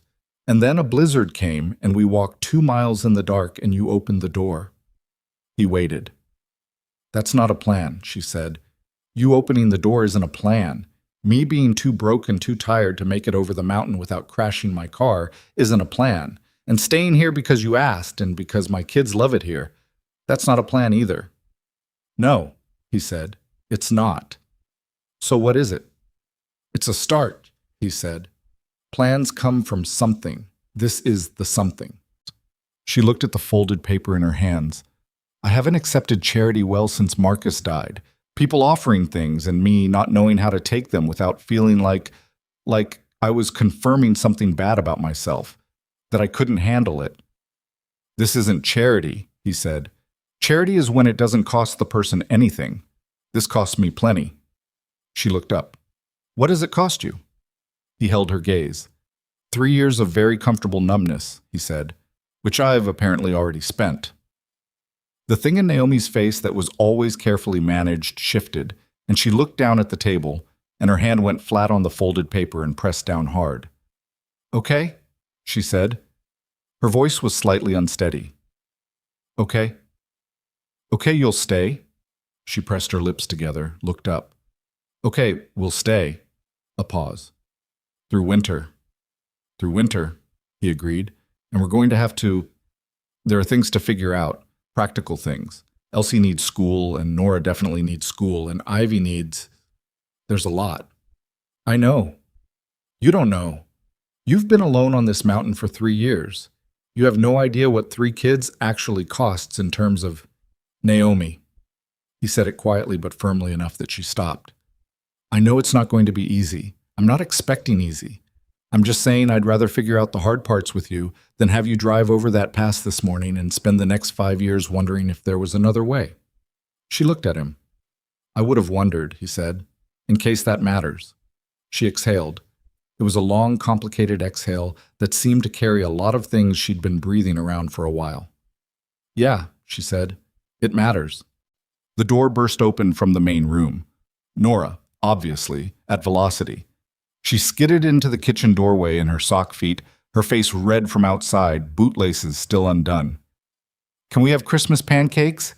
Elsie said we need a special breakfast because it's Christmas, and you probably have pancake stuff, and I want them with cinnamon." Silas and Naomi both looked at her. "What?" Nora said. "Nothing," Naomi said. "Go get your sister and wash your hands." Nora looked between them with the sharp, scanning look she had, reading the room. Always reading the room. Whatever she saw made her go still for half a second. "Are we staying?" she said. Quiet for once. Naomi glanced at Silas. "Through winter," Silas said. Nora looked at him for one long, measuring moment. Then she said, carefully, without her usual volume, "That's good." And she turned and walked back to the main room at about half her usual speed, which was the Nora equivalent of controlled emotion. They heard her tell Elsie, "We're staying through winter." Then a pause. Then Elsie's voice, cautious. "He said that?" Then Nora, "Yeah." Then another pause. Then Elsie, "Okay." Silas got up and got the flour. The pancakes were not a triumphant production. He didn't have baking powder, which turned out to be important, and the first batch came out flat and slightly rubbery. Nora declared them interesting with the diplomatic generosity of someone who had eaten worse and knew it. Silas made the second batch thinner, more like crepes, and those were better. Elsie found the cinnamon without being asked and put it on the table. Ivy sat in the chair Naomi had been pulling up for her all week and hit the table with her spoon in the rhythm that meant she was hungry. And the whole thing was loud and imperfect and took up all the space in the kitchen, which was small to begin with. It was the best Christmas breakfast Silas had made in years. After they ate, he did the barn work. It was Christmas, but the cattle had no interest in the calendar. And when he came back, he found that in his absence, some reorganization had taken place. Naomi had shifted the couch to face the fire instead of the wall. Elsie had swept up the pine needles from the tree. Nora had found the one deck of cards he owned and was teaching Ivy a game that Ivy clearly didn't understand but was enjoying anyway, slapping cards on the floor with enthusiasm. He stood in the doorway for a moment and looked at it. His cabin, his furniture, his floor, his fireplace. The lopsided tree with its popcorn garland and foil chains and the wooden star at the top. 4 people in the space that had held only him for 3 years, making it smaller and louder and warmer and entirely different from what it had been. He thought, this is what I was trying to get through December to avoid. He thought, I had it exactly backward. The afternoon came in slow and gold, the winter sun low on the horizon and throwing long shadows across the snow outside. At some point, Silas ended up on the floor. He wasn't sure how it happened exactly. Something to do with Ivy deciding the rug was the right place for her card game and requiring an adult ground-level witness. And Nora dealt him into whatever she was playing, which had rules that shifted every 3 rounds in ways that always seemed to benefit Nora. And Ivy picked up his cards at one point and looked at them seriously and handed them back with one missing, which she held on to for the rest of the game. Elsie sat on the couch above them, nominally reading, but she kept looking down at the game and at one point very quietly corrected a rule that Nora had just invented. You're playing, Nora told her. I'm reading, Elsie said. You just corrected my rule. I corrected it from up here. That's not playing. Sit down, Elsie, Silas said. She looked at him. A short, surprised look. Then she closed her book and moved to the floor. Naomi watched this from the armchair, her legs tucked under her, and she didn't say anything, but she had the expression of someone watching something she was not yet entirely certain was real. Cautious, hoping, not quite letting herself have it yet. He understood that. He was doing some version of it too. Trust was not a thing either of them had a lot of left to spend. It wasn't a failure of character. It was just the math of what they'd both been through. You lose the person you built your whole life around, and the ground shifts, and you stop trusting the ground because you've learned that it can just go, without warning, without permission. One day everything is fine, and then the ice is there on the road, and you get a phone call, and nothing is ever the same shape again. But you had to stand somewhere, and the ground here, today, in this cabin, with these children and this woman who made lists and fought for people she loved and cried quietly after she thought everyone was asleep. This ground felt for the first time in 3 years like something worth the risk of standing on. Outside, the sky turned amber, then pink, then the deep purple of a mountain evening, the stars coming out one by one the way they always did up here. First the bright ones, then the lesser ones, then the whole enormous crowd of them. Silas built the fire up for the night. He stood at the window for a moment before pulling the curtain, looking at the dark outline of the mountain against the star-thick sky. The snow on the ground caught what light there was and gave it back. That cold, quiet luminescence of a winter night after a storm, everything still and silver. He thought about the years he'd kept the curtains closed. He thought about all the nights the stars had been doing that, and he hadn't been watching. He pulled the curtain back further instead of closing it. Then he went to the shelf where he kept the utility things, the oil for the lamp, the spare wicks, the matches, and he took down the old lantern he kept there. It was a good one, brass with a thick glass globe, the kind that would hold a light in serious wind. He'd had it for years and used it for work, checking on the cattle in the dark, moving around the property when the power went out. He set it on the windowsill. Naomi, from across the room, watched him light it. "What's that for?" she asked. He looked at the lantern, at the small steady flame behind the glass, casting its yellow light out the window and across the snow. "My wife used to say that if you kept a light in the window on a bad night, whoever needed it would find it." He hadn't told that to anyone. He hadn't said Clara's name to anyone except Naomi, and only once. She liked the idea of that, keeping the light. Naomi was quiet. I stopped doing it, he said. After. He looked at the flame. I don't think I should have. He left the lantern on the windowsill. Later, much later, after the girls were in bed and the card game was long over and the fire was banked down, he and Naomi sat in the kitchen with cups of tea that were mostly cooled by now, and the cabin was quiet and warm around them. It's not going to be easy, she said. She'd said it before. She needed to say it again. He understood. I know. I'm going to drive you crazy sometimes. The girls are going to drive you crazy, especially Nora. Nora already drives me crazy, he said. I don't seem to mind. There are going to be mornings where you wish we were gone. He thought about that honestly, because she deserved honesty. Probably, he said. There are going to be mornings where you wish you'd never slid off that road. She laughed, short and quiet. Yeah. I'm not offering perfect, he said. I don't have perfect. I'm offering... He looked around at the kitchen, the old walls, the window with the lantern light pushing back the dark. This, what I've got, which is a lot of space and a working fireplace, and too much oatmeal, and apparently a cow named Maple. Don't forget the lopsided tree. The tree is rustic, he said. Nora told me. She smiled. Not the half-smile from the first night, the shadow of the real one. The real one. It changed her whole face. Okay, she said, for the third time that day. He nodded. He looked at his tea. She looked at hers.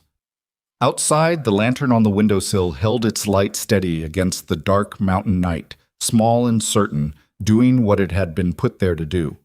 Winter settled over the mountain the way it always did. Not gently, not with any concern for the people living under it, but with the blunt, impersonal authority of a season that had been doing this for 10,000 years and had no particular interest in making exceptions. January was hard, not hard in the way Silas had been bracing for. The collision of too many people in too little space, the chafing friction of strangers becoming less strange in ways that weren't always comfortable. It was hard in the specific, practical way that life on a mountain in January is always hard.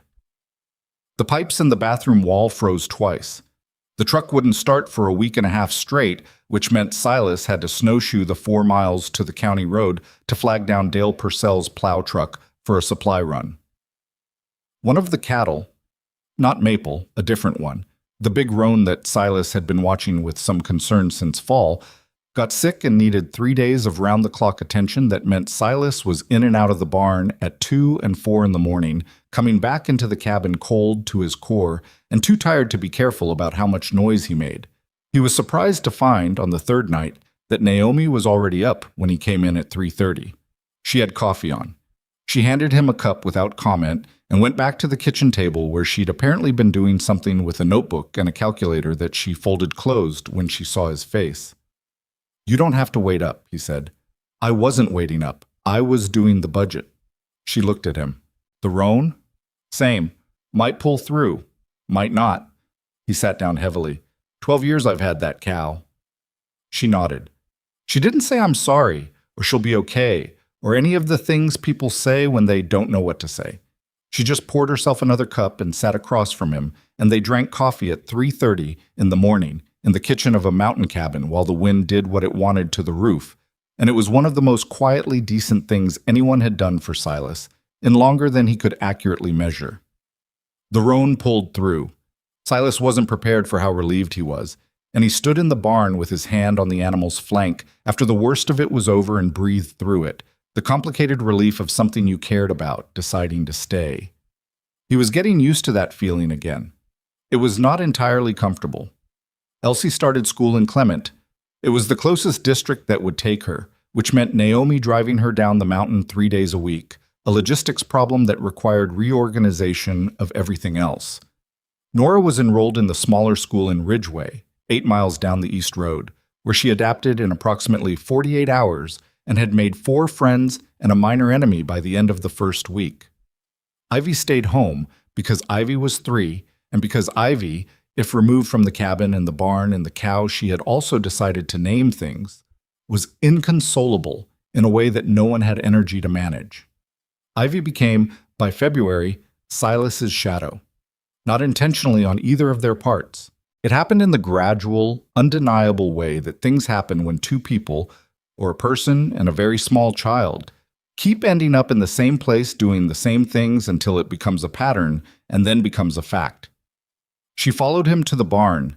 She sat on the fence rail, bundled into a coat that made her look roughly spherical, and watched him work with the focused attention she brought to everything she considered worth watching. She handed him things, wrenches, gloves, a rock she found interesting, a length of baling twine, with the seriousness of an apprentice. She told the cattle their names in the mornings, not just Maple now. She'd gotten around to all 8 of them by late January, and Silas had, without fully deciding to, started using the names. He told this to Naomi one evening in early February, and she covered her face with her hand and laughed. "You named the cattle," she said. "The cattle had names already. Ivy named them. I just used them. For efficiency." "You named the cattle," Naomi said again, still laughing. "The conversation is over," Silas said. But he was not, he noticed, bothered by this. He catalogued it as one of the small, strange changes that had happened to him since December, things he would not have predicted and could not entirely explain. He slept better. Not perfectly, not without the dreams that still came sometimes, but better. He ate regular meals without having to remind himself. He started a repair on the east fence line that he'd been putting off for 2 years. He lit the fireplace every day. He and Naomi worked out, through a series of negotiations that were sometimes tense and always honest, what the arrangement looked like in practice. She paid what she could toward groceries and utilities, less than she wanted to, more than she had. And they argued about this exactly once and came to a number they could both live with. She took over the cooking most nights, which Silas protested out of principle and then let go of because she was genuinely better at it than he was, and the girls ate more when she did it. He handled the outdoor work and the vehicle maintenance and the various things that broke, which on a property this old was a reliable source of occupation. There were mornings, like he'd told her there would be, that were hard. Days when the space felt too small and the noise felt like pressure, and he'd find himself standing in the barn longer than the work required, just breathing in the animal warm quiet, recalibrating. Days when Naomi went quiet in a different way, the way that meant she was in Marcus's country, somewhere he couldn't follow. And the house had a different kind of stillness in it. Days when Elsie came home from school with something wrong in her face that she wouldn't name, and Silas didn't know how to reach for it, and he'd sit there feeling the full uselessness of a man who was better with broken fences than broken 11-year-olds. He got better at it. Not fast, not smoothly, but incrementally, the way you get better at anything you keep doing, even when you're not sure you're doing it right. The thing with Elsie happened in March. He found her in the barn on a Thursday afternoon after school, sitting in the empty stall next to Maple's with her notebook open and her pencil not moving, just sitting there with the look she got when she'd been holding something for too long. He didn't ask. He went about the barn work and let her be there, and after about 10 minutes she said without looking up, "A girl at school asked me who I live with." He kept working. "What'd you say?" "I said my aunt and a man named Silas." She paused. She asked what he was. Like, what category? Your uncle? Your mom's boyfriend? And I didn't know what to say. He set down what he was holding and came to lean against the stall rail. She still wasn't looking at him. "What did you say?" he asked. "I said you were our family."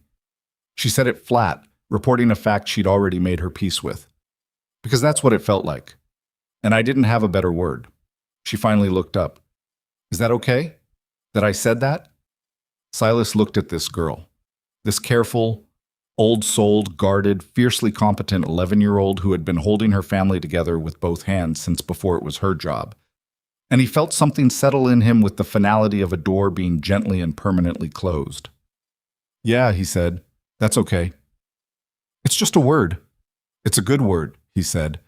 She looked at him for a moment longer. Then she looked back at her notebook and picked up her pencil and started writing again. And the subject was closed, in Elsie's way, by the simple act of moving forward. But she had said it. Family. and Silas had said it was okay, and neither of them took it back. Spring came the way spring comes at altitude. Reluctantly, in fits and starts, 3 warm days followed by a hard frost that killed the crocuses Naomi had planted along the south wall of the cabin in a moment of optimism. She came out and found them black and limp in the morning and said something under her breath that the girls were not supposed to hear, and Silas, coming up behind her with 2 cups of coffee, said, "Plant them again. They'll just freeze again." "Plant them deeper," he said. She looked at him sidelong. He handed her the coffee. She took it. "Is that actual gardening advice?" she said, "or are you being metaphorical?" "Both," he said. "Plant them deeper. The frost can't get as far." She planted them again. They came up in April and did not freeze.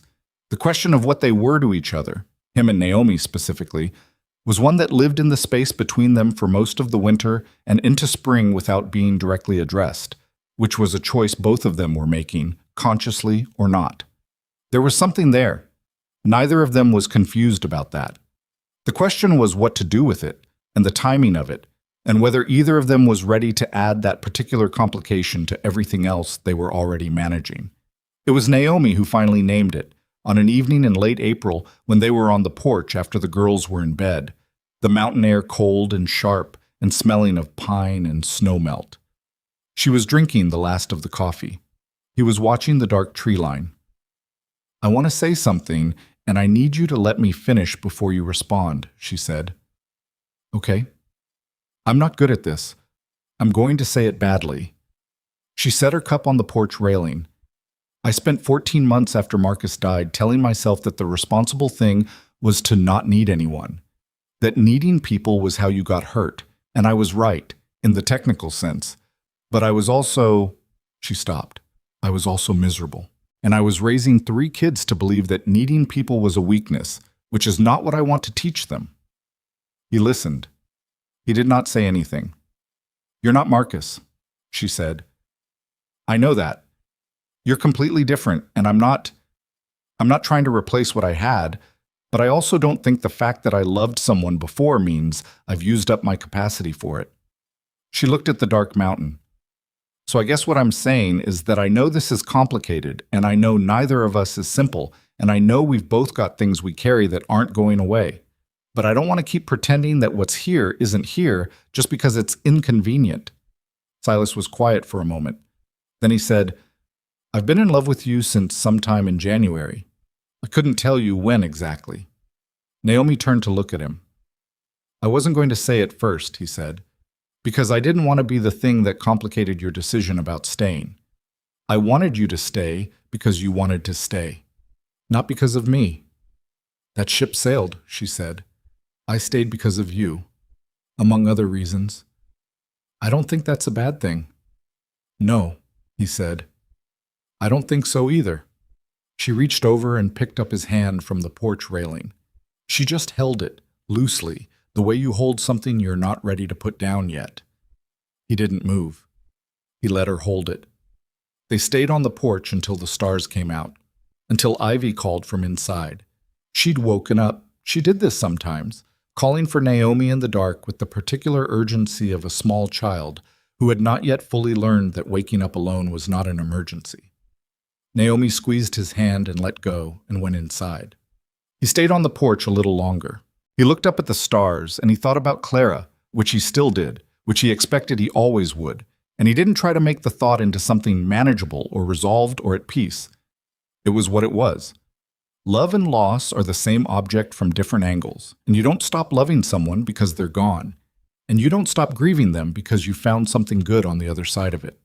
He'd spent 3 years believing that carrying the grief meant staying in it, that honoring Clara and Lily meant refusing anything that looked like moving forward. He understood now that he'd had it wrong. The grief wasn't going anywhere. It was just going to have company. He was okay with that. He went inside. They were not dramatic about what they were after that. There were no grand declarations and no performances for the girls. What changed was small and practical. He reached for her hand sometimes and she let him, and she said things to him now in the particular shorthand of people who have stopped needing to explain themselves. And the girls absorbed this the way children absorb changes in the adults around them. without comment, but with attention. Nora, predictably, was the first to say something about it. It was May, a warm Saturday, everyone outside for the first real outdoor day of the season. Silas was repairing the porch step that had been loose all winter, and Nora was sitting on the top step directly in his way, which she knew and did not move, describing a project she had at school with the specificity of a person who wanted a very engaged audience.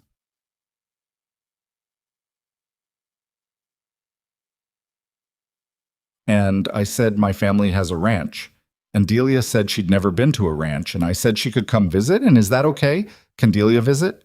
She stopped. Then, without changing her tone, "Are you and Aunt Naomi going to get married?" Silas did not drop the hammer, which he considered an accomplishment. "That's a big question," he said. "I know, I think about big questions." She was not embarrassed by this at all. "I just want to know if we're staying, forever staying, because I don't want to get Delia attached to this place if we're going to leave." He sat back on his heels and looked at her. "Would you want that? Forever staying?" She thought about it with visible seriousness. "I want Elsie to stop waiting for the next thing to go wrong. She does that. She waits. If she knew we were staying forever, she'd stop waiting and she could just be here." She picked at a loose piece of porch wood. "And Ivy doesn't remember anything before. This is just home to her." She looked at him. "What about you? Do you want forever staying?" "Yeah," he said. "I do." Nora nodded, satisfied. She stood up, stepped over his hammer, and went down the porch steps. "I'm going to tell Elsie," she called back. "Nora—" But she was already across the yard. He sat on the porch with his hammer and his loose step and watched her go. This relentless, large-hearted 7-year-old who was always 3 moves ahead of everyone. And he shook his head slowly, and something in his chest was doing the thing it did now. The thing it had started doing in December and had not stopped. This low, consistent warmth that was not comfortable exactly, but was alive and real and completely different from the nothing he'd been cultivating for 3 years. He heard the screen door open behind him and knew it was Naomi before she said anything. "Nora just told Elsie you said we're staying forever," she said. "I know. Did you say that?" "I said I wanted to." He looked up at her. "You have complaints?" She sat down on the top step, right where Nora had been sitting. She was squinting against the May sun, and there was a smudge of dirt on her forearm from the garden, and her hair was coming out of the thing she'd put it in that morning. "No complaints," she said. He looked back at the step. He started on it again. "Silas." "Yeah." "Thank you. For opening the door." He was quiet for a moment. "You knocked pretty loud."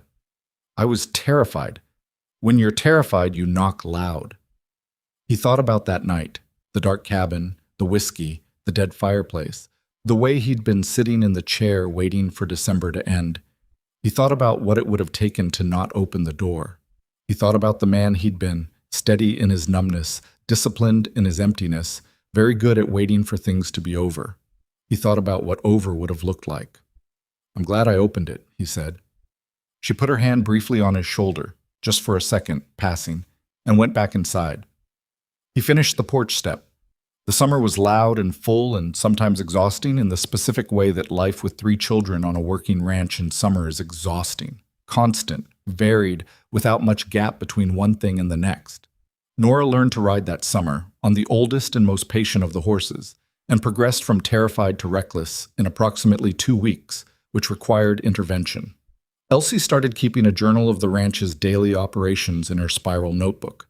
Rainfall, cattle weights, what got repaired and when, which Silas discovered by accident and which was, he had to admit, more organized than anything he'd been doing. Ivy turned 3 in July and celebrated by naming 2 more things. A fence post and a particular patch of grass near the barn that she felt deserved recognition. He and Naomi got married in September. Not a production. The judge came up from Clement on a Saturday, and they stood on the porch in the early autumn light with the girls around them and the mountain at their backs. And Silas said what he had to say, and Naomi said what she had to say, and Nora cried, which surprised everyone, including Nora. And Elsie held it together with the expression of someone deploying enormous internal resources to do so, and Ivy demanded to be held for the entire ceremony and then fell asleep on Silas's shoulder immediately after, apparently considering the event resolved. It was not a perfect day. It was a Thursday, because that's when the judge was available. The porch was in decent shape, but one of the boards Silas had been meaning to replace still needed replacing. Naomi's dress was the nicest thing she owned, which was a blue dress she'd had since before Marcus died. And she'd told Silas this matter-of-factly, and he'd said it was the best dress he'd ever seen, which made her laugh at him. They had dinner on the porch with the four of them, and Dale Purcell from down the road, who had become, over the course of a year, something close to a friend. And the food was good, and the conversation was easy, and the mountain turned every shade of gold it knew in the evening light, and it was enough. It was more than enough. It was the particular fullness of a life that has been stripped bare and built back up with different materials. Not as seamless as the original, not without its patches and repairs and evidence of what came before, but solid, real, capable of holding weight. That December, the second December since the storm, the first one that Silas did not dread, Nora decided that the tree needed to be bigger. "Last year's was good," she said, "but we have more people now. The tree should reflect that." "The tree reflects the space we have to put it in," Elsie said. "Elsie, don't be literal." "I'm being practical." "I'll cut a bigger tree," Silas said, "but it has to fit through the door." Nora considered this constraint. How big can something be and still fit through the door? They measured the door. The tree they cut was exactly 2 inches shorter than the door frame, which was either very good planning or very good luck, and it required a significant physical effort to get it inside and resulted in Nora receiving a face full of pine needles that she took as a fair consequence. The decorations had grown. Over the year, the girls had added to the collection.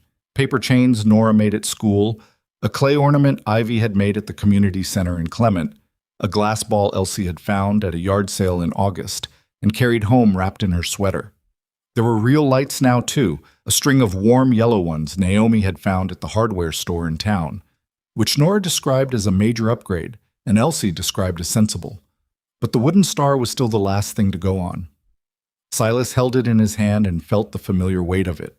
Lighter than grief, heavier than wood, the specific gravity of something that carries more than its actual mass. He had held it every December for the past 2 years, and it was different each time and the same each time, the way certain things are. Ivy was 4 now, taller. She could talk in full sentences that were sometimes surprisingly precise. She pushed her way through to stand next to Silas when he took out the star and looked up at him with those dark eyes that had not changed at all. "My turn," she said. "You do it every year," Nora said. "I know," Ivy said. "That's why it's my turn." Silas looked at her. He crouched down. "Do you know what this is?" he asked her. He asked it genuinely. She was 4 now, old enough for a real answer. Ivy looked at the star. "It's the star for Lily," she said. "Your little girl." He had not known she knew that. He had not explained it to her directly. It was the kind of thing you said to an older child, and Ivy had been 2.5 when he'd first said it, and he hadn't been sure how much had landed. "Naomi told me," Ivy said. "She said Lily would have liked us." His throat tightened. "Yeah," he said. "She would have." "So we put her star up," Ivy said, "so she knows we're here." He looked at this 4-year-old in her Christmas sweater with her pine-sap sticky hands and her absolute confidence that the world worked this way.